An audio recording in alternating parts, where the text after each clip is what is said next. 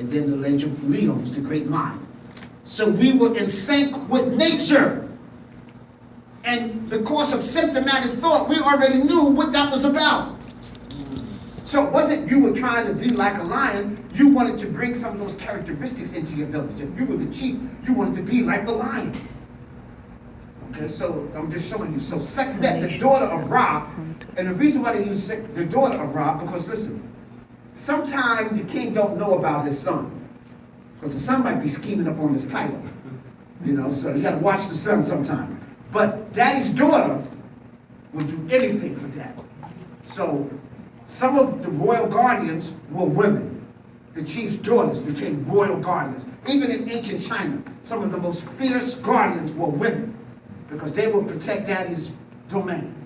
And so if you know anything about the story of Sekhmet, the daughter of Ra, she's on a mission. And Ra has her to clean up everybody who's doing isfet, wrongdoings. But she found out that everybody's foul. So she started killing everybody. So the other Neteru run to Ra and said, listen, you got to do something about your daughter.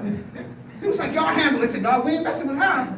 He said, listen, send Jehuti. So Jehuti, the Ibis Crane, wisdom, knowledge, and understanding goes, and he tricks her. He says, oh, she's got infatuated with blood. So he turns the Nile River red and tells her that's all the blood you can have. She jumps in the Nile, starts lapping it up, but it was red wine. She got drunk, and then Jehuti transferred her into Basset, the beautiful black cat. And so black cat is music, adornment. So brothers, there's always two sides of your woman. One side is Sekhmet, the other side is the gentle black cat. You want to nurture that side. Get up. So I'm just going to do one more. This is Asar. Asar in ancient time was called the crop, the corn. He represents resurrection, rebirth, renewal. Every year the corn comes back. People can feed themselves. They harvest themselves. He became the nourishment. At one time he was known as the Hapi, the energy of the Hapi River. They brought inundation.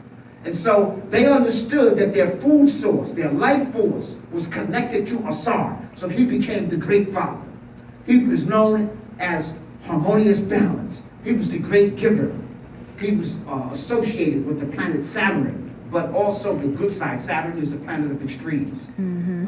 So Asar was that extreme good. But he has to have a mate, Aset, who represents the balance. And then his son was Haru, and that was the first trinity. In ancient Kemet, you had several great trinities.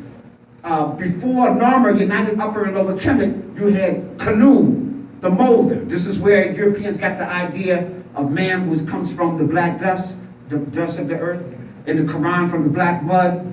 The molder, Khnum means molder, and it was Khnum, Anuket, and Satet.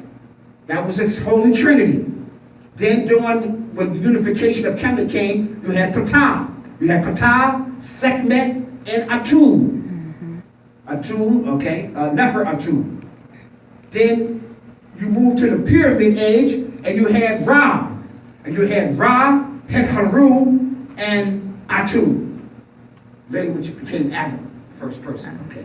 Then, the second golden age, they issued in Amen, the unseen creative force of the universe. And it was Amen, Mut, and Kinsu.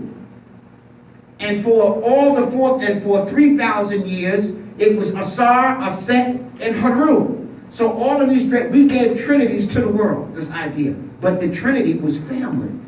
It wasn't two brothers, it wasn't two sisters. It was a brother, a sister, and a